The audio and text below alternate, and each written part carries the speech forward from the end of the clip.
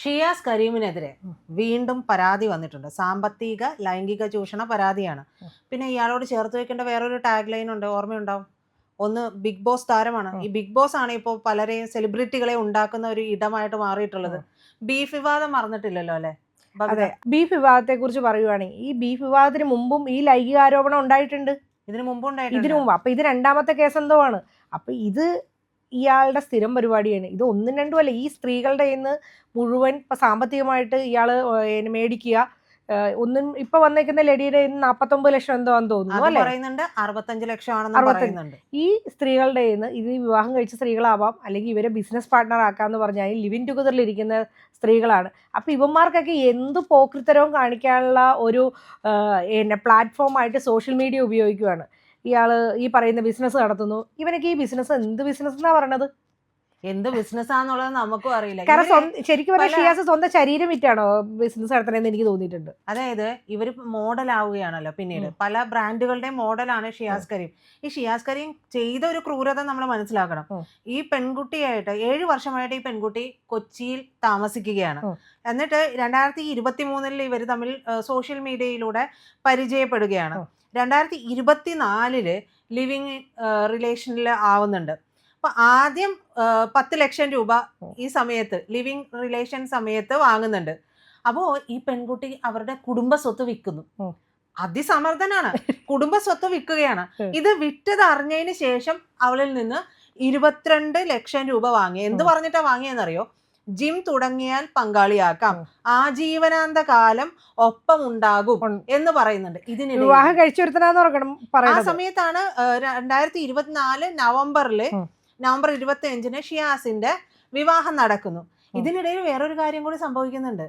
ഇത് ഈ സമയത്ത് ഈ പെൺകുട്ടി ഗർഭിണിയാവുകയാണ്. ഈ ഗർഭിണിയായ പെൺകുട്ടിയെ കൊണ്ട് ഗർഭചിത്രം നടത്തിച്ചു എന്നുള്ള റിപ്പോർട്ടുകളും വരുന്നുണ്ട്. അല്ല, ഗർഭപാത്രം നീക്കിയ ഒരു പെൺകുട്ടിയെ ഇവര് അതിന് മുമ്പടുത്തേലാണ് ഗർഭചിത്രം വരുന്നുണ്ട്. അപ്പൊ ഗർഭപാത്രം നീക്കിയ ശേഷം ഈ പെൺകുട്ടിയോട് ആവശ്യപ്പെടുകയാണ് മറ്റൊരു വിവാഹം കഴിക്കാമെന്ന്. അപ്പൊ ഈ പെൺകുട്ടി എന്തർത്ഥത്തിലാണ് അതിനെ സമ്മതിച്ചത് എന്നുള്ളത് എനിക്ക് മനസ്സിലാവുന്നില്ല.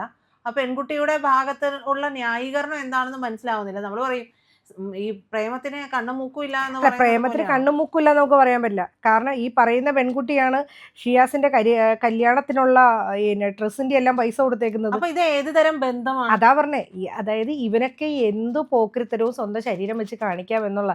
കാരണം ശരീരം വിറ്റ് ജീവിക്കുന്ന ഒരാളാണ് ഷിയാസ്. അവൻ എന്ത് പോക്രിത്തരവും കാണിക്കുകയാണ് ഇപ്പോൾ ചെയ്യുന്നത്. അല്ലെങ്കിൽ പിന്നെ ഇതിന്റെ ഇടയിൽ ഈ ബീഫ് വിവാദം എന്ന് പറയുന്ന വിവാദത്തിലേക്ക് അവൻ മനഃപൂർവ്വം എത്തിച്ചതാണ്. അതിനോടൊപ്പം തന്നെ ഒരു കാര്യം ഞാൻ ചോദിക്കട്ടെ. കാരണം കുറച്ചുകൂടി എനിക്ക് തോന്നുന്നു അനുമോക്ക് കുറച്ചുകൂടി വെളിവുള്ള ഒരു പെൺകുട്ടിയായിട്ട് തോന്നി, ഇല്ലേ? അനുമോൾക്ക് വെളിവുണ്ടോ എന്നുള്ളതിൽ എനിക്കൊരു സംശയം ഈ ഒരു വിഷയത്തില്. കാരണം അവരവിടെ സംസാരിക്കണില്ല. കാരണം അത് ബോധപൂർവം ചെറിയൊരു കുട്ടിയാണ് അവള്. പക്ഷെ അവർക്ക് അതിലും വിവരമുള്ളതായിട്ട് വന്നു. കാരണം ഇവൻ അത് പ്രൊവോക്ക് ചെയ്ത് കൊണ്ടുവരുന്നുണ്ട്, പല വഴി ട്രാക്കിലാക്കി. പക്ഷെ അതിലൊന്നും പെടാണ്ട് നൈസായിട്ട് എസ്കേപ്പ് ആവാനുള്ള ഒരു ബോധമെങ്കിലും അവർ കാണിച്ചിട്ടുണ്ട്. ഈ അതിന് പറഞ്ഞൊരു ന്യായം കൂടിയുണ്ട്. ഞങ്ങൾ പെരുമ്പാവൂരുകാർ ഇങ്ങനെയാണ്, ഞങ്ങൾ ഇങ്ങനെയൊക്കെ ചോദിക്കും. അപ്പൊ നമ്മള് ആ സമയത്ത് എനിക്കുണ്ടായ ചോദ്യം എന്ന് പറയുന്നത് സോഷ്യൽ മീഡിയയിൽ മൊത്തം ഈ പെരുമ്പാവൂരുകാർ എങ്ങനെയാന്ന് പറഞ്ഞാൽ, ഞാനൊരു പെരുമ്പാവൂരുകാരിയാണ്. അപ്പൊ ഞങ്ങൾ അങ്ങനെയൊന്നും അല്ലല്ലോ. അല്ല, ഇവരുടെ രീതി അതായിരിക്കാം. എന്നിട്ട് ഞാൻ പെരുമ്പാവൂരുകാരെല്ലാം ബീഫ് കഴിക്കാത്തവരോ? എനിക്ക് പെരുമ്പാവൂരുള്ളവരാണ് ഏറ്റവും കൂടുതൽ ബീഫും മന്തിയും ഒക്കെ കഴിക്കുന്ന ആളുകൾ എനിക്ക് തോന്നുന്നു. അതല്ല പറയുന്നത്, പെരുമ്പാവൂരുകാരൊക്കെ ഇങ്ങനെ ചോദിക്കുക. അതായത് ഒന്നില്ലെങ്കിൽ ഇറിറ്റേറ്റ് ചെയ്യുക, അല്ലെങ്കിൽ മറ്റുള്ളവർക്ക് താല്പര്യമില്ലാത്ത ഭക്ഷണ വസ്തുക്കൾ കഴിക്കാൻ നിർബന്ധിക്കുക. ഇതൊക്കെയാണ്. ഇത് പെരുമ്പാവൂരുകാരെ അങ്ങനെയാണെന്ന് പറയുമ്പോൾ മൊത്തം പെരുമ്പാവൂരുകാരെയാണ് ആക്ഷേപിക്കുന്നത്. കാരണം ഇതൊക്കെ ഒരു വെറും മറയാണ്. ഇവനെ പോലുള്ള ഫ്രോഡുകൾ എന്ന് തന്നെ പറയേണ്ടി വരും. ഈ ഫ്രോഡുകൾ പെൺകുട്ടികളെ വലയിലാക്കുക. ഇതിങ്ങനെ കുറെ ആളുകളുണ്ട് ഇതായിട്ടുള്ള. ഇതൊരു ഷിയാസിലൊന്നും തീർന്ന കാര്യമല്ല.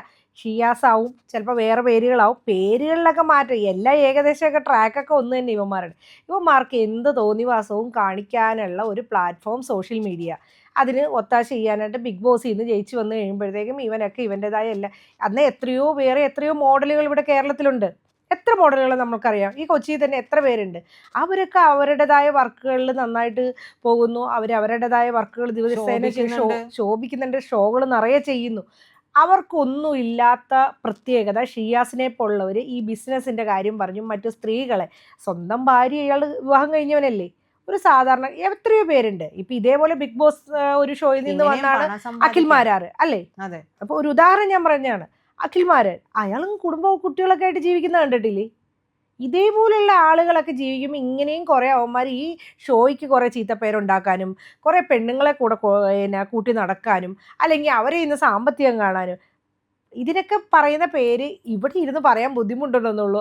അവനൊക്കെ ആ പണിക്ക് പോകണമായിരിക്കും നല്ലത്. ഷിയാസിനെയൊക്കെ പോലുള്ള ആളുകളെ കാണുമ്പോൾ ഈ അമ്പാറ്റുകളെ പോലെ പെൺകുട്ടികൾ വന്ന് വീഴുന്നുണ്ട്. ഇതിപ്പോ ഒരു കേസ്, ഇതിപ്പോ രണ്ടാമത്തെ കേസാണ്. ഇതിന്റെ ആദ്യത്തെ കേസിന്റെ ഓഡിയോ റെക്കോർഡ്സ് ഇപ്പൊ ഈ പെൺകുട്ടി പരാതി കൊടുത്തിരിക്കുന്നത്. നിലവിലെ പരാതി പാലാരിവട്ടം സ്റ്റേഷനിലാണ് കൊടുത്തിരിക്കുന്നത്. അഭിഭാഷകൻ മുഖേനയാണ് കൊടുത്തിരിക്കുന്നത്. അപ്പൊ ഈ പറഞ്ഞ കേസിലും വാട്സപ്പ് ചാറ്റുകൾ, വോയിസ് മെസ്സേജസ്, ഈ കുട്ടി കോഴിക്കോടുകാരിയാണല്ലേ? അതെ. അപ്പൊ ഈ പെൺകുട്ടി ഇതെല്ലാം സഹിതമാണ് കൊടുത്തിരിക്കുന്നത്. ഈ പെൺകുട്ടിയുടെ വീട്ടിൽ ഫ്ലാറ്റില് കയറി ചെന്ന് ഭീഷണിപ്പെടുത്തിയിട്ടാണ് സ്വകാര്യ ദൃശ്യങ്ങൾ പോൺ സൈറ്റിൽ, അവിടെയാണ് പോൺ സൈറ്റിൽ ഈ ദൃശ്യങ്ങൾ കൊടുക്കും, അപ്ലോഡ് ചെയ്യുമെന്നാണ് ഭീഷണി. അപ്ലോഡ് ചെയ്യുമെന്ന് പറഞ്ഞ് 49 ലക്ഷം രൂപ തട്ടിയെന്നും അത് 65 പറയുന്നുണ്ട്. 49 ലക്ഷം രൂപ തട്ടിയെടുത്തവനാണ് ഇവൻ. അതെ. അപ്പൊ ഇവൻ അതാണോ പെരുമ്പാവൂരുകാർ? അത് ചോദ്യമാണത്. ഓരോ പെരുമ്പാവൂരുകാരും ഇത് ശ്രദ്ധിക്കണം. ഷിയാസിനെ പോലുള്ള അവന്മാരുടെ പോക്രിത്തരത്തിന് നമ്മളെ പോലുള്ള ആ നാട്ടിലെ കുറെ ആളുകളെ ആ നാടിന്റെ പേര് പറഞ്ഞ് ഇവനെ പോലുള്ളവന്മാർ ഉപയോഗിക്കണു. ശരിക്കും പറഞ്ഞാൽ ഷിയാസിനെ റോട്ടിൽ കണ്ട കല്ലെറിയണമെന്നേ ഞാൻ പറയുള്ളൂ. അതെ. ഈ ഷിയാസ് എന്ന് പറയുന്ന ആളുകളെയൊക്കെ കാണുമ്പോൾ ദൈവത്തെ ഓർത്തിട്ട് പുറകെ പോവാതിരിക്കുക. അതെ. കാരണം ഇവർക്കൊക്കെ പല ഏർപ്പാടുകളും ഉണ്ടാവും. ഇതിപ്പോ നമുക്ക് ഇവരെ പറയുമ്പോ എങ്ങനെയാണ് ഈ ജിമ്മ് നടത്തുന്ന എത്രയോ സെലിബ്രിറ്റികളുണ്ട് ഇവിടെ. അവർ പാർട്ട്ണർഷിപ്പിലായിരിക്കും. കാരണം അത് ഒരുപാട് സാമ്പത്തികമൊക്കെ മുതൽ മുടക്കിയുള്ള പരിപാടികളാണ് ബിസിനസ് ചെയ്യുന്നവർ. അപ്പോൾ ആ ബിസിനസ് ചെയ്യുമ്പോൾ അതിൻ്റെ ഒപ്പം പാർട്ട്ണർഷിപ്പിൽ തുക ഇറക്കുന്നവരെ ഇങ്ങനെ ചൂഷണം ചെയ്യുക അല്ലെങ്കിൽ ഇങ്ങനെ ഉപയോഗിക്കുക എന്ന് പറഞ്ഞാൽ അത് ചില ഈ ക്രിമിനൽ മൈൻഡ് ഉള്ളവന്മാർക്കേ ഉള്ളൂ.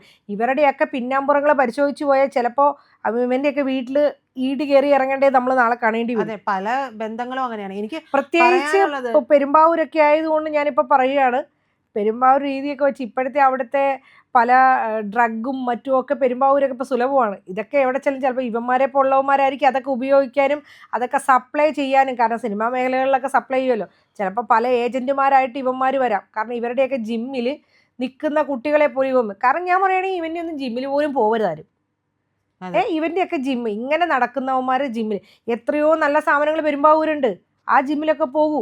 അല്ലെങ്കിൽ ഇങ്ങനെയുള്ള ഈ എന്താ പറയുക മെനകെട്ട് നടക്കുന്നവന്മാരുടെ കൂടെ പോവാണ്ടിരിക്കുക, അവന്മാരെയൊക്കെ പറയുന്നത് കേൾക്കാണ്ടിരിക്കുക, അല്ലെങ്കിൽ ഇവന്മാരെയൊക്കെ അൺഫോളോ ചെയ്യുക. കാരണം ഇവര് സോഷ്യൽ മീഡിയ ഉപയോഗിക്കുന്നത് എന്താ, ഇവന്മാർക്ക് ഇത്ര ഫോളോവേഴ്സ് ഉള്ളതുകൊണ്ടാണല്ലോ. ഒരു കാര്യം കൂടി ഉണ്ട് ബബിത. കാരണം ആദ്യത്തെ ഒരു കേസ് വന്നു, ഇത് എല്ലാവരും അറിഞ്ഞു.